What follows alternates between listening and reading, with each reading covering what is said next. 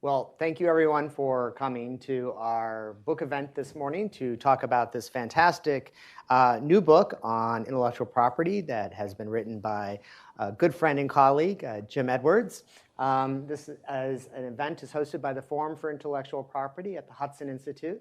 Hudson Institute is devoted to studying the ways in which intellectual property and foundational technologies and innovation are the basis for economic growth, our flourishing society, and our national security.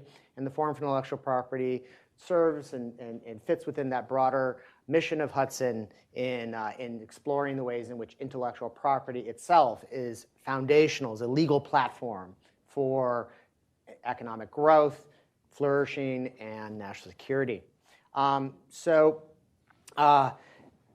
This is just going to be a conversation between me and Jim. Thank you for coming, Jim. Thank you for having me. And we have your book right here, To Invent is Divine. So I think it has now been released. Has it been? A couple more weeks. Couple more weeks. Okay, so you can pre-order it on Amazon, and you should. And hopefully, if you're wondering, if you will, that this discussion will prompt one to want to do it. All right. So I think we'll just kind of kick off with kind of the obvious question: what prompted you to write this book? I was talking with the Texas state leader of an organization I work with, and she didn't know much about patents or invention, but she got interested in our conversation, and she was a leader at her home church, and asked me if I'd come give a speech at her home church about the biblical basis for creativity and ownership, or through that framework anyway. And turns out it was First Baptist of Dallas, which is multi-zillions of people, and it was one of the evening classes, which they have these arrays of offerings of all sorts of classes, and this one was sort of a moral concerns / Judeo-Christian worldview in public square type thing. And so I went and gave the speech, and people showed up. I didn't see eyes glazing over when I said the word patent, and it was pretty well received. And then I got talking to a friend when I got back to Washington, and he suggested I turn the speech into a book. So that was the genesis. All right, so the genesis of this is a speech. How many people were in the audience? You said it was a large. I'd say it's 80 to 100, somewhere in that. Okay. It wasn't small. Impressive. Now, and so let's get clear on, so their eyes didn't glaze over, because what's your thesis in the book that resulted in their eyes not glazing over that you turned into the book from the speech? The thesis is that creativity and ownership are attributes of God, and God, having made human beings in his own image, we're the only, that makes us distinct from other creations.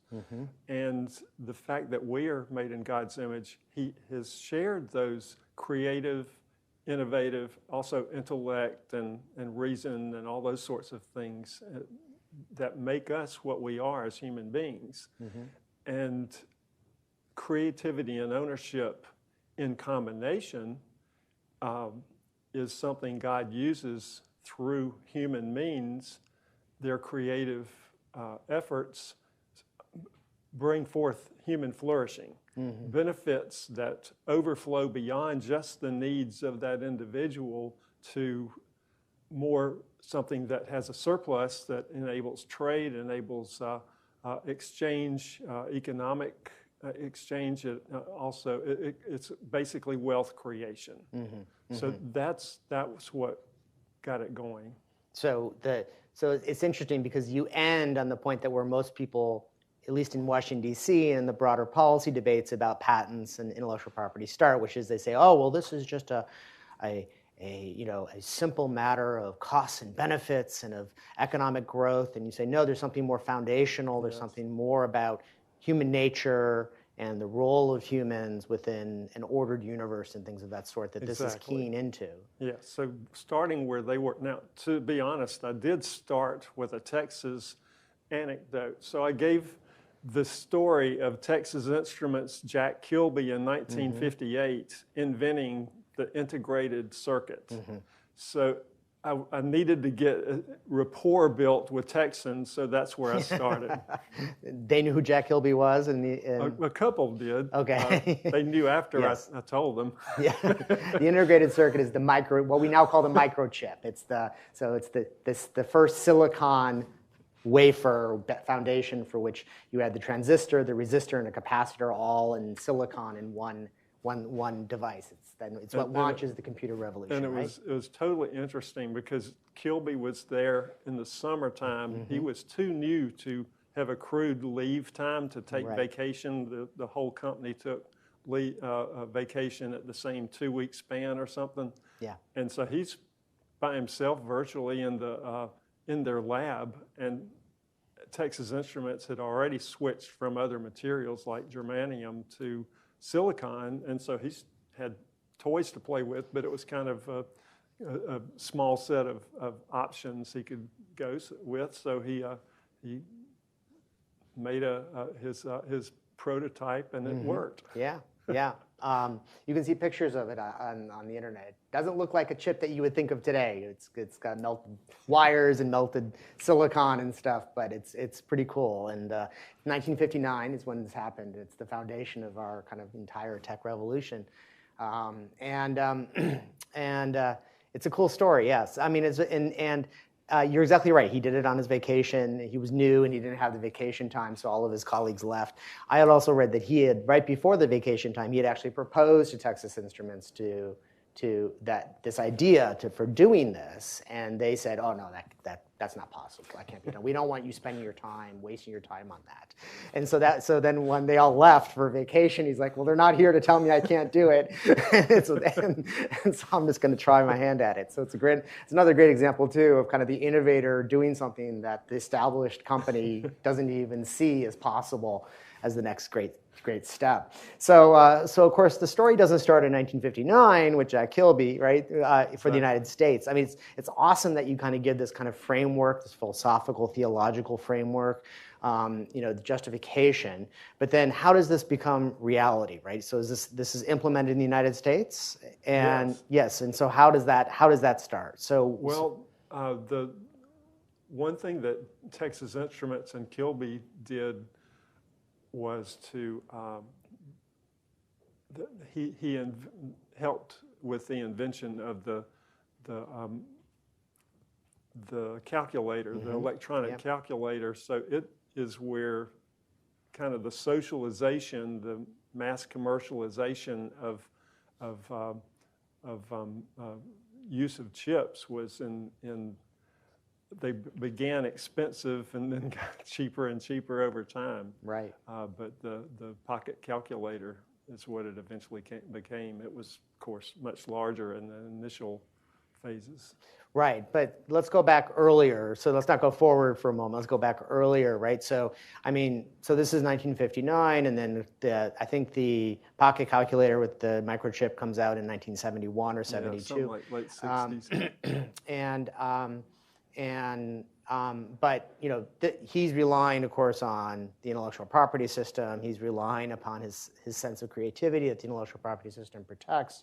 So let's kind of talk about the country and the legal system which Jack Kilby's working within, right? So American historians and others often refer to kind of what the founders created as American exceptionalism. So was the intellectual property system that they implemented in the United States part of American exceptionalism, or is it just something separate, as most people think of it when you hear economists and others talk about it? No, it certainly was part of American exceptionalism, and as your research shows, that it was a deliberate break from the form of the patent system in England. And so the British patent system, the king awards patents to cronies, and that's that. The American patent system democratized who gets the patent. Who gets the patent? 1790 Patent Act says the first and true inventor.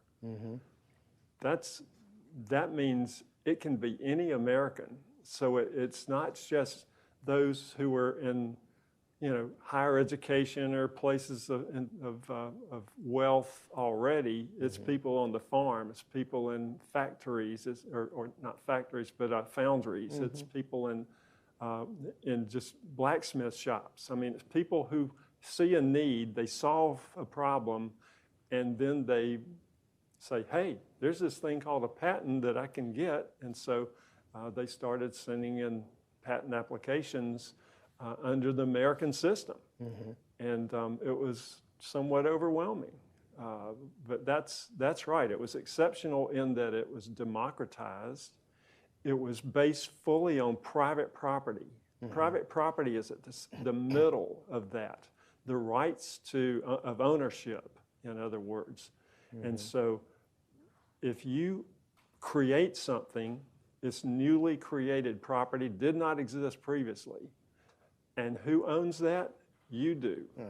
And this patent is nothing more than the government identifying and confirming this is new property, this is unique, and it works. And therefore, this is a deed. The patent is nothing more than a deed on property. It's just that the nature of the property is novel. So that's those really in combination. And the third thing that I would point to, though, is the founders put in the Constitution, ultimately the Article 1, Section 8, Clause 8, which has a purpose statement. And it's both a public purpose and a private purpose. The private purpose, again, is the property rights, the exclusivity for a limited period of time. The public purpose is stated in there to promote the progress of science and useful arts. So it's to say, hey, everybody, get working, get learning, get figuring out things, get making things. Because the American economy under the colonial system was, we made very little.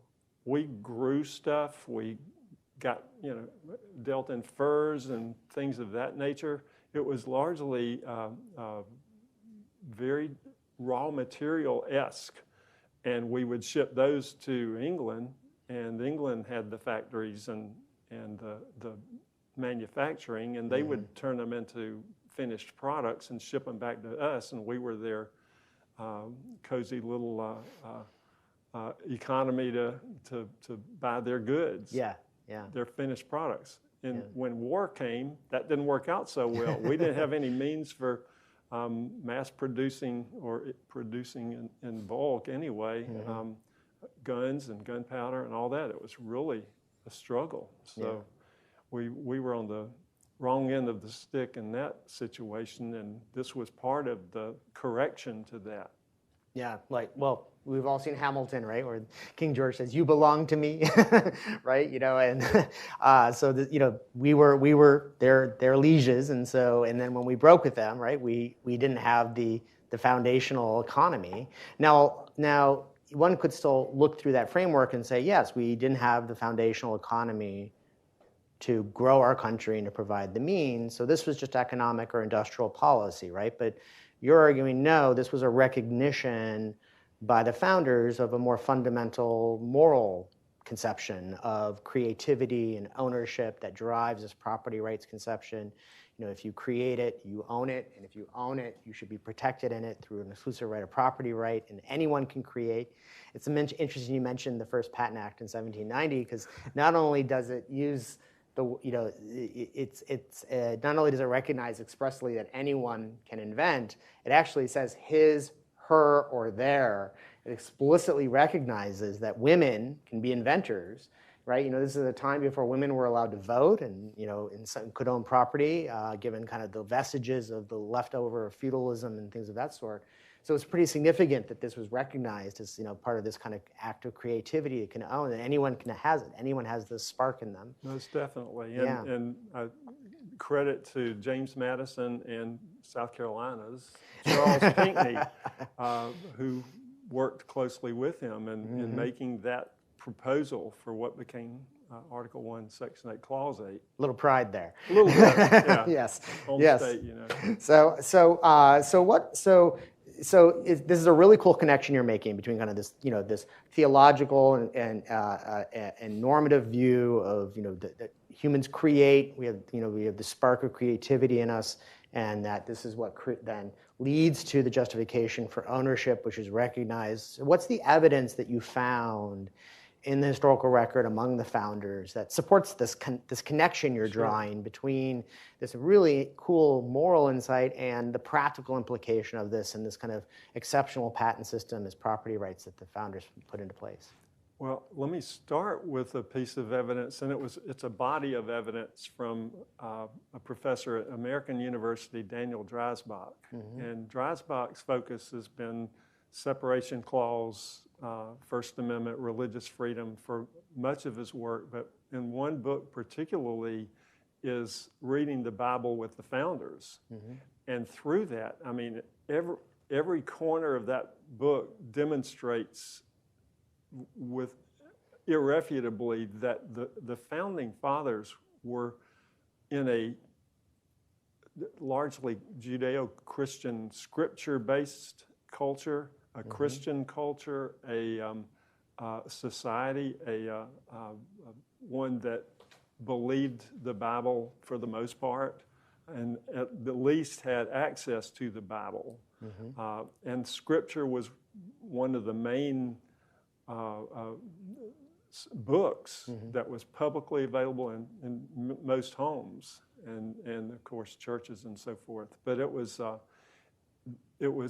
prevalent to the degree that their usage of scriptural biblical phraseology and snippets of scriptural passages in their writings, Dresbach found one of the most frequently used hits right here in this creativity, ownership equals human flourishing area, and that mm-hmm. is it's in Micah 4:8 among other parts of the Bible, but there it's the vine and fig tree. So this metaphor of the vine and fig tree, mm-hmm. and it's the owner of the vine and fig tree shall rest under the shade of the vine and fig tree and enjoy the fruits thereof, and there's in safety and peace. So it's shalom right there, because the perfect peace of owning something and enjoying the fruits of your labor. Mm-hmm. That was one of George Washington's most favorite passages to work into all kinds of letters and so forth. Yeah. And so did many others, Dickinson and others.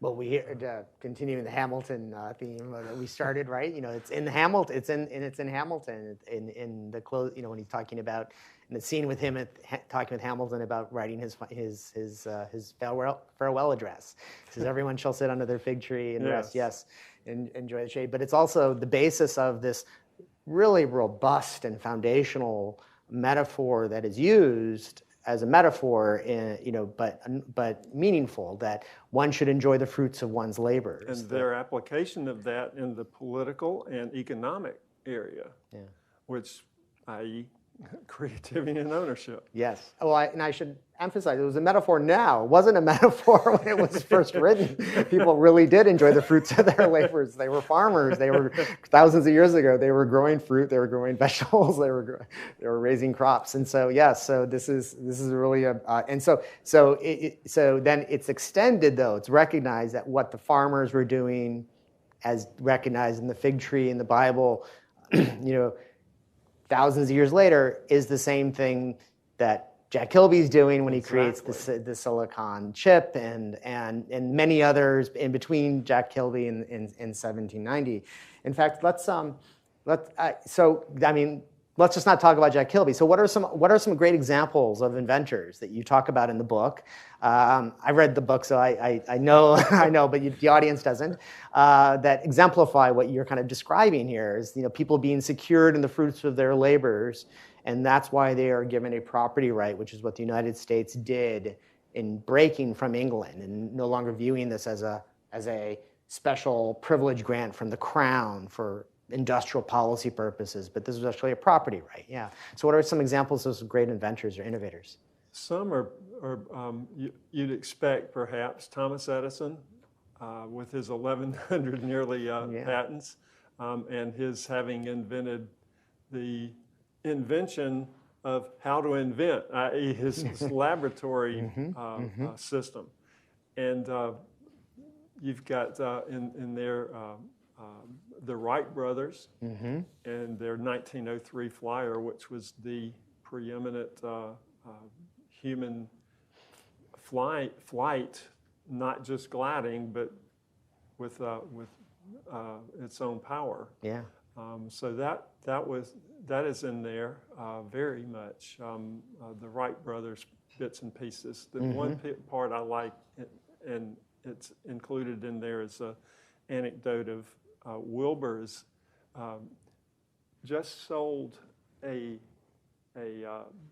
bicycle tube, inner tube, to somebody, and here he's put it, given it to the guy, and he's holding the box, and he's kind of talking to the gentleman, and he's twisting the box, and it occurs to him, hey, this flimsy little box I can twist like this, and maybe we can use that phenomenon as what we control our wings with. So the air pressure on the air of the wings. So they called it wing warping.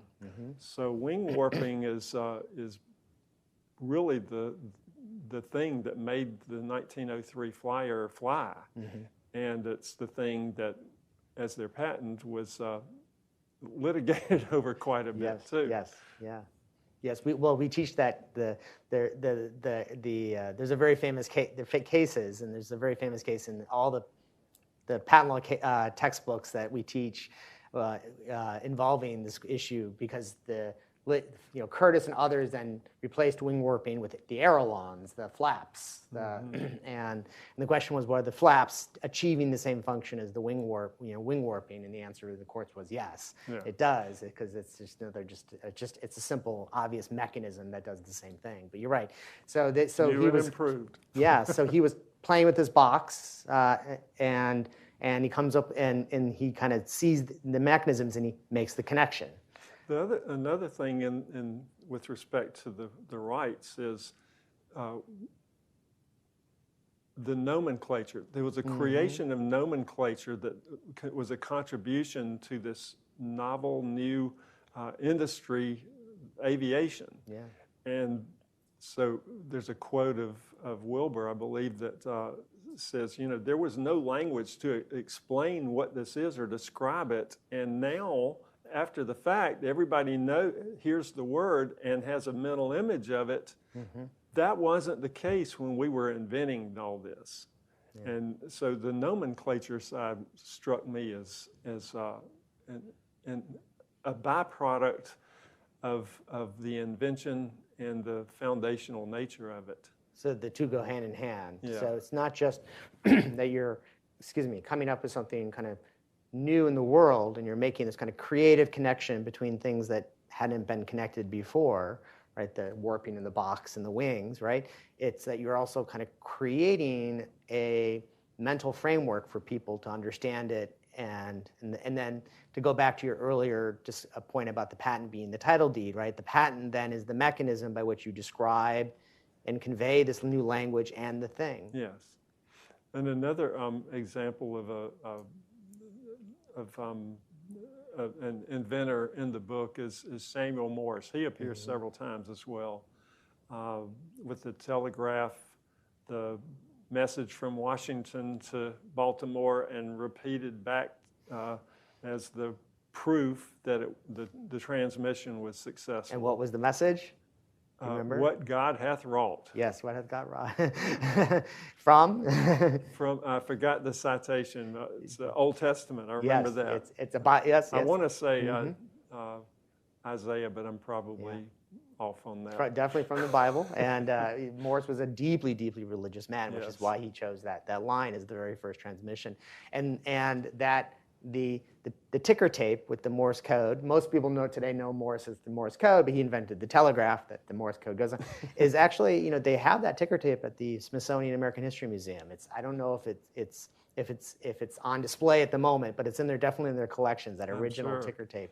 They have a picture of it, at least online, that you can see, so it's kind of cool.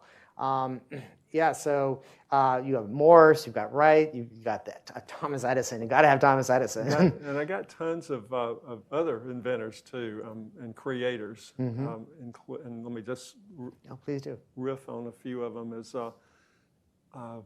One set is like Kilby and Robert Noyce, who was at Fairchild, who at same time almost as, but after Kilby, I believe, is the Fairchild invention of the planar process, which was it silicon dioxide or something? Yeah. So a process for a coating on the silicon so that it would keep things more efficient in the conveyance within the microchip. Another would be some of the inventors and creators I interviewed. One is a pioneer in ultra-wide wave radio frequency invention, and he invented the foliage piercing radar. Interviewed and have in the book this radiology assistant who saw this young girl in an operation. They were performing a procedure on her colon, and this process that usually took 5 minutes was going on and on. He saw it was a leaky catheter in this they were using was endangering her life. So he invented a better catheter to fix that very problem in that type of procedure. Another creator is a friend from church named Claire Tyndall. She's a painter, and her approach to painting is classical type style. So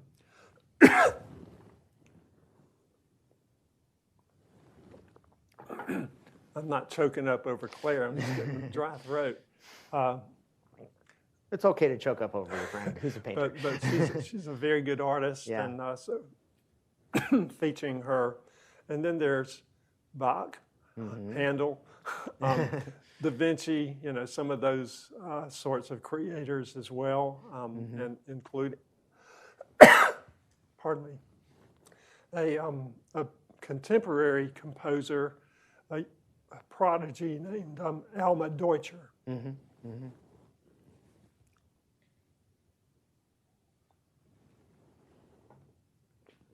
Take a moment. I actually do get choked up when I think about all the great innovators and inventors, especially in the we know the names like Bach and Da Vinci, right? But they stand out, and they're these great, incredible achievers in human history. But then when you get to the United States, going back to your earlier comment about the democratization of invention through the property rights system, that anyone can do this, right? All of a sudden it starts to be all of these people who are just regular people who, were not aristocrats or wealthy or having the support of aristocrats or the wealthy, like Samuel Morse and Thomas Edison and, Jack Kilby. He was just a guy who just started at Texas Instruments, a young engineer who had a crazy idea about using silicon. So it's, it illustrates your thesis, and it's cool that you're using all of these kind of, I think, really great examples, right? We all learn in school about Edison and the Wright Brothers and things of that sort. Some of us are old enough to have learned about them first, from Schoolhouse Rock, Mother Necessity, but in the 70s.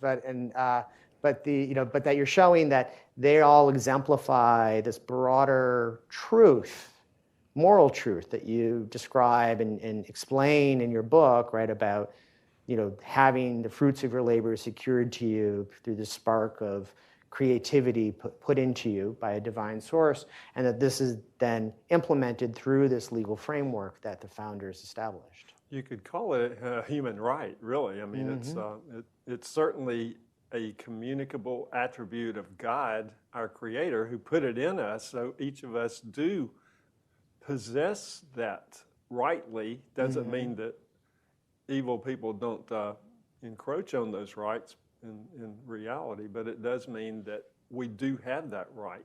It's due us. Yeah. I mean, this is kind of a kind of a revolutionary thesis, and so in today's context, it shouldn't be, right? Because it was revolutionary for the American founders when they when we broke from England and implemented it, but then we seem to have lost it. Yeah. And it's great that you're bringing it back with not only the theoretical framework, but also kind of illustrating it concretely with the examples and history, both kind of older history or ancient history, as my students would say, from just 20 years ago to up through today. You've talked about the airplane, and by the way, an example of what you're talking about, creating a new language, right? Even the word airplane, if you read the actual Wright Brothers patent, they're using airplane in a way that doesn't make sense to us, because airplane, the word then meant the wing, actually. So because you can think about it, that makes sense. It's the plane that cuts through the air. So and it's only later that it's universalized to the entire actual thing that flies. So we've talked about the airplane. We've talked about the Morse and the telegraph and Kilby. Any other particular inventions that you find kind of exemplify in a cool way this kind of creativity ownership connection that you have identified in your book? One I would point to is Gatorade. Oh, wouldn't have thought of that. So that's awesome. So explain that. Yeah. Well, Dr. Robert Cade and Dr. Sid Mallower at University of Florida were researching how sodium moves through the human body. And this is in the 60s. Here's this conversation between Dr. Cade and his regular at the hospital coffee break with security guards who's also a part-time football coach, and he coaches the freshman team, which is the guinea pigs. They prepare the starters for next week's game, resembling the opposition team. So that's this conversation of these heat exhaustion and those kinds of things due to dehydration on the football field. That was the topic at one of these conversations, and Dr. Cade had this thought, what we're studying, we could apply this. It's, sodium, a molecule retains 300 molecules of water. We can solve this problem. So he made a concoction. Apparently it wasn't very tasty in that iteration, quite like drinking ocean water, as salt content was not great. So the guys, after the first sip, wouldn't drink it. So Mrs. Cade had the brilliant idea, add lemonade or lemon juice to it, so that it will give it some flavor, and so at least it made it more tolerable to the players. And the proof was they won on the football field against the starters in an inter-team scrimmage, and then the starters won in a real football game against a powerhouse opponent. So so it did prove to be effective. And so this is pre-Bayh-Dole, so the government, this is the ironic part, is the federal government wouldn't allow them to patent it and own it. The government owned the patents. But you know what? They could trademark Gatorade. So Okay. they named it after the football team mascot, Gators. And so the Gatorade is trademarked, and that's where they were able to use that creativity and ownership as the university and the inventors. So now, in what explain how they were working for the government? Because you said I mean, it was on a research grant. Oh, it was a research grant. Okay, so they were doing it through federal government monies that are provided for them. And then why don't you briefly describe the BOLO Act, since we haven't talked about that. So you said this is pre-BOLO. You bet. Yes. So just mention it briefly. Sure. Yes.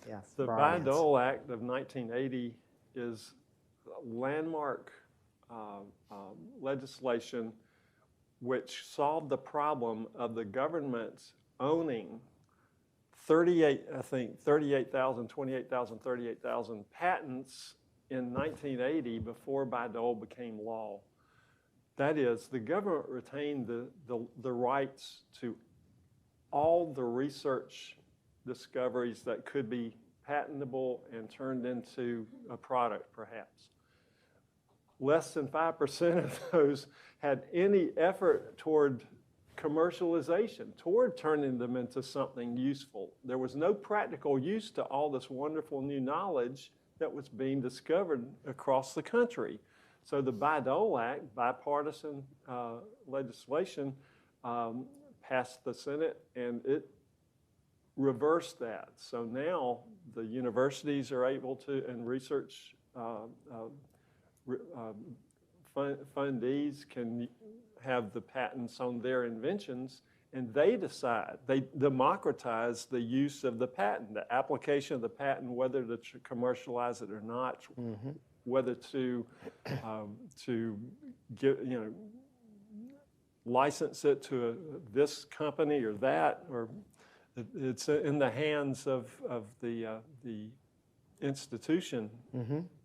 And so that changed the world in terms of the number of output and of new products, of startup companies, of spin-offs of all sorts in every direction of new inventions. So it's been a godsend to America to get practical use out of the federal taxpayer dollars that otherwise were basically wasted. And consistent with your thesis, right?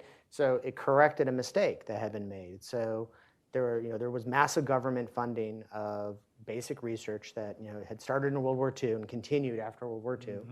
And the government made a mistake and said, well, we're funding it, so we're going to own these patents. And they shouldn't have done that. Yeah. They should have said, no, the people who are creating the invention should own them. So the BOLO Act fixed that error, reestablished the original founding principle, reasserted the creativity ownership link that you talk about and is the thesis of your book, right? And as a result, led to the same type of explosion in innovation and productivity that we saw from the original patent system that was implemented by the founders. And the legislative record is clear. Senators Birchby and Robert Dole intentionally leveraged the strengths of our patent system, which again the founders built upon human creativity and the ownership incentive to put that creativity to use for inventing things and making progress of science and useful arts. Yeah. So what are some other indicators? We talked about the BOLO Act as a significant legislative act. In fact, I think The Economist has called it one of the greatest, most successful examples of economic legislation that the U.S. Congress has ever enacted. Something like that. And by the way, that's a statement against interest by The Economist, because The Economist, for over 150 years, has been anti-patent. So for them to acknowledge the benefits and value of an act of patent legislation, a pro-patent act of legislation, is pretty impressive.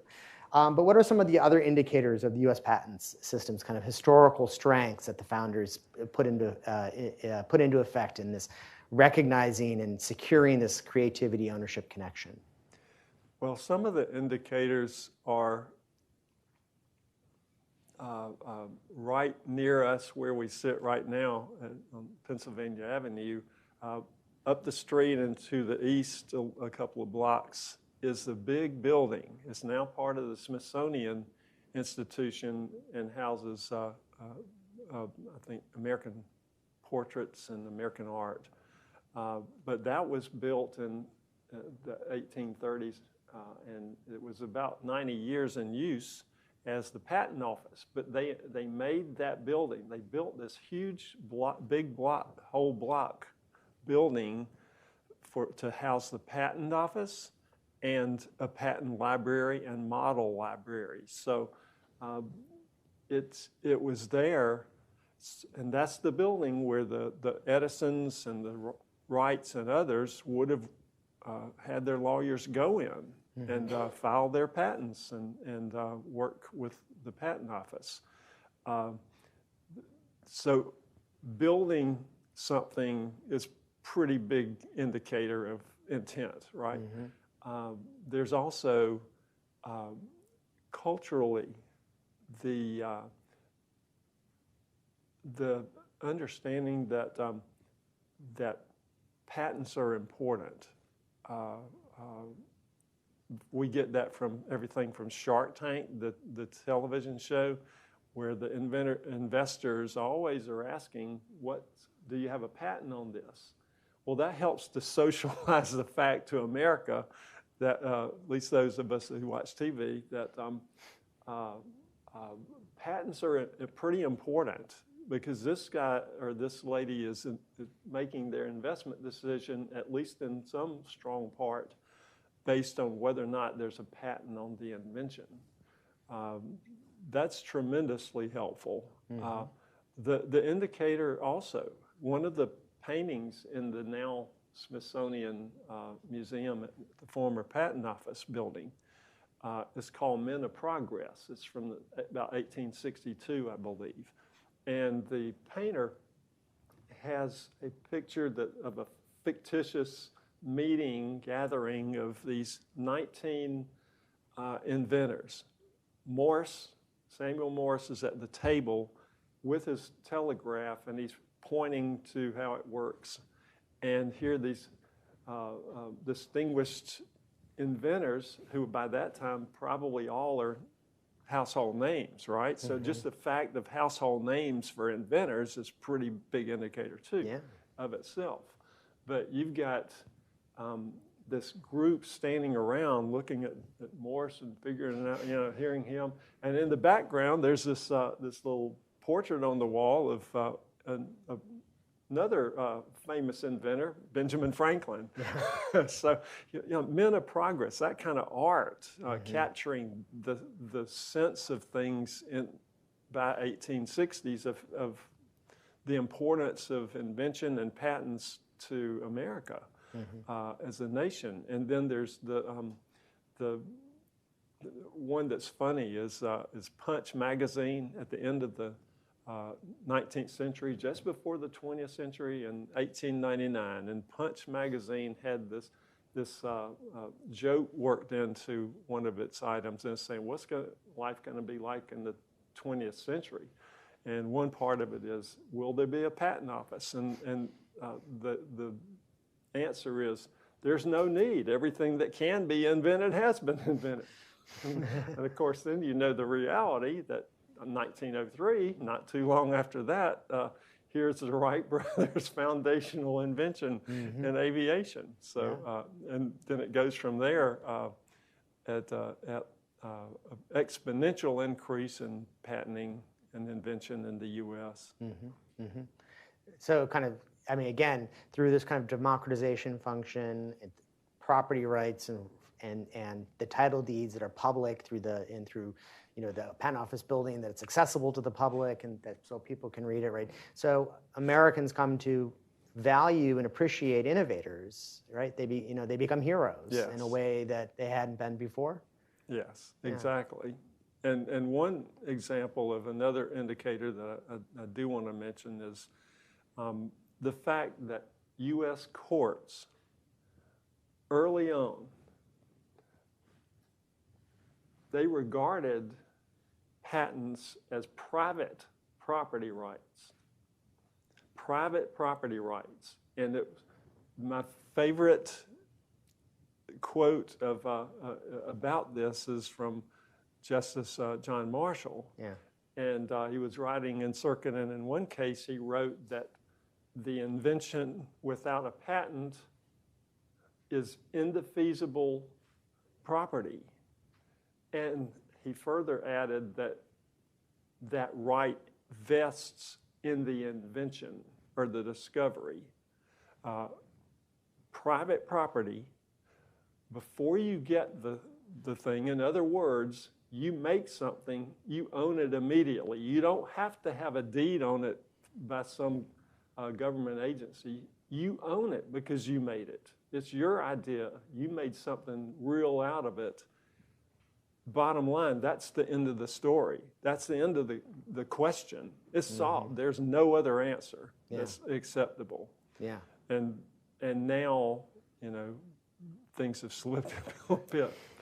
But, yes. Well, indefeasible. So that's our fancy legalese for you can't defeat it, right? You can't.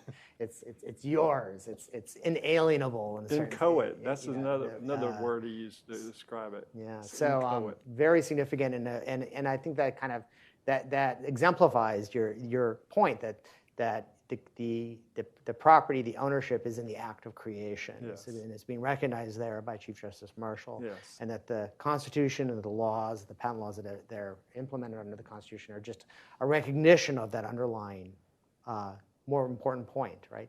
As the Declaration of Independence says, right? We have the rights to life, liberty, and Jefferson skipped over property, but it's one right to pursuit of happiness. But it was recognized that property was still part and parcel of the process. Yeah. But those are, he calls self-evident truths. Mm-hmm. Yeah. Yes.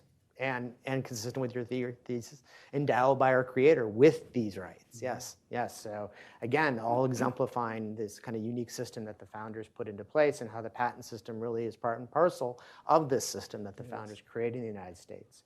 So, but you did mention today is not good. So we have this bright, shining story, right? The sun is shining on all the great innovators, Edison and Edison and the Wright Brothers and Samuel Morse. And we have our city on the hill as the shining exemplar of what can happen. But the storm clouds have come in, just like the rain today. And so you mentioned not all is not well today, as I said. So how has the patent system today diverged from the one that was created by the founders? Well, just as you know, the several strains of court rulings which have messed up critically important central parts of our patent system. One would be 2006, the eBay versus Merck exchange ruling. And you've got now the question of whether somebody can get an injunction. Again, back to the judiciary. For 200 stinking years, the injunction was the default remedy. Why? Because you have to be able to stop the infringer cold from continuing the ill-gotten gains. Otherwise, there's no justice there. Mm-hmm. And eBay led to courts routinely denying access to injunctions. The worst possible outcome, to deny someone the fullness of their rights. What's exclusivity if you have an exception to the exclusion? So it's ridiculous. But that set us on a trend where there's this thing called efficient infringement. Some of us like to call it predatory infringement, where it's cheaper for the infringer side to the implementers to use the thing, the invention, without permission, and then eventually, pay some pittance that in supposed recompense after the fact. But infringe first, pay a pittance later, basically, is what has come largely attributed to the eBay decision. So correcting that would be tremendous. Another big problem, of course, is the whole patent eligibility question. And there's been a string of cases, Bilski, Mayo, Alice, and others. And the courts have ruled against what previously had been patent eligible material, patent eligibility being the threshold question, not the substantive question about the invention. It's simply the question, is this thing in one of the categories, process or new or improved or a machine, those several categories, is it in that some category that the law says is patent eligible? And that's where the question lies, and that's when you get to, if so, yeah, if yes, then you move to the substantive questions, novelty and usefulness and obviousness. So those come later, but they've been twisted into the question of eligibility by the courts, and it's really messed up the whole scene of what can be patent eligible, and it's especially tough on computer implemented inventions, on medical diagnostics, and some of those areas. And so to have that corrected would be wonderful too. So the two cutting-edge areas of our innovation economy, high-tech, computers, and biotech, are the two areas now that are being closed off to the protections of the property rights that this patent system secures to creators and innovators. Exactly. Yeah. And then the America Invents Act and its creation of something that never should have been created, PTAB, the Patent Trial and Appeal Board, an administrative body performing judicial functions, i.e. Article 2 body performing Article 3 functions. That's on its face just outrageous, out of line with what the founders created and intended. So, well, you got some heady con law issues there. Sorry. So slow down for a moment. So for our audience who are watching this, who may not be lawyers or con law people, so you have this tribunal, the PTAB, the Patent Trial and Appeal Board, and where is it based? Patent and Trademark Office. Okay, so it's situated at the U.S. Patent and Trademark Office, and the U.S. Patent and Trademark Office is an agency. All right, so this is a tribunal that's at an agency, but you said it's acting like a court. So it's not. So courts are in what's called what article of the Constitution again? 3. Article 3. Okay, yeah. So judicial. All right, judicial. So and then Article 1 is the Congress. Well, Article 1 is Congress, and then Article 2 is the presidency, and that's why. So the agencies are all in the presidency, the executive branch, right? Yes. So you say supposedly. So this is what we call in the law separation of powers problem, right? So you've got a mixture of Article 3 processes of what courts are supposed to be doing when they rule on things like someone trespasses on your land or someone invades your home and you want an injunction against them. You sue them in court. Yes. You don't go to the president. You don't go to an agency and say, help me. You go to a court, to a judge who through the rule of law, right, says what's your right and has it been infringed. And so what is the PTAB then doing that makes this problematic? Well, let's start with its judges. There's no Senate confirmation. There's no presidential appointment, as real judges are both of those. So they're administrative functionaries. They're employees of the government like anybody else who's a federal employee. So no independence. Exactly. Yeah. Okay. So the independent judiciary is not independent when it's in the administrative branch in that situation. And so that's one problem. Another is the way that it's established its rules and processes and procedures. There's a huge lack of due process. There's not fairness to the patent owner. The whole system is tilted against them and to enable repeated challenges against the same patent, so there's no quiet title.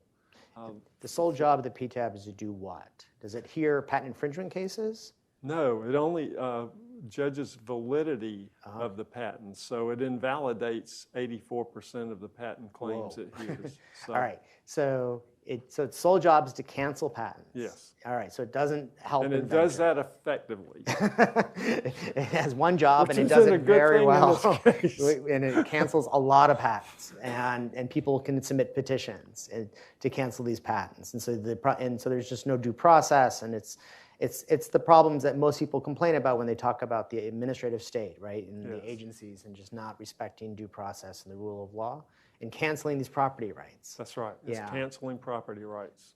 That's the bottom line. So the storm clouds. So we've got can't get a patent because of patent eligibility. But when you get the patent, you can't. And someone infringes it, you can't get an injunction against them to stop the infringement.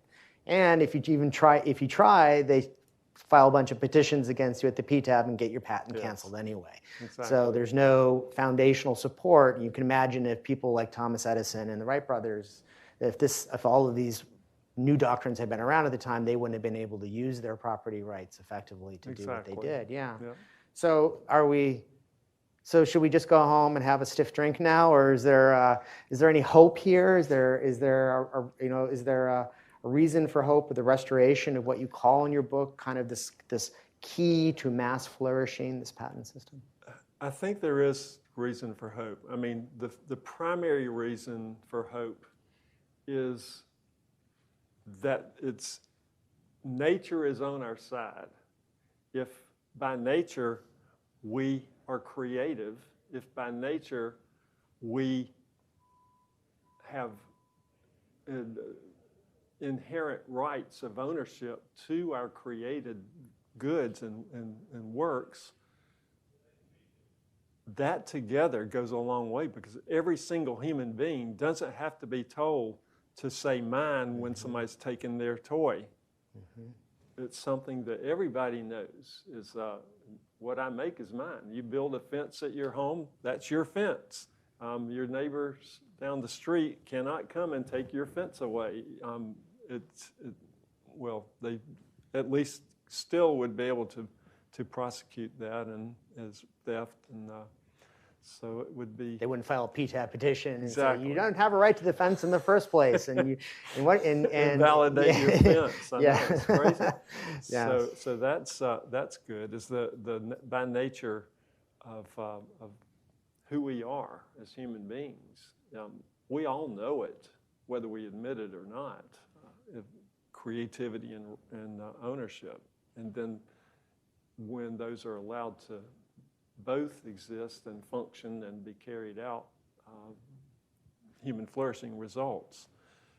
And we do see human flourishing a lot of times. I mean, look at the progress in certain areas of technology, areas of science, and so forth. It's just amazing, remarkable things. Just to think of my aunt who died of breast cancer in the 1990 or so.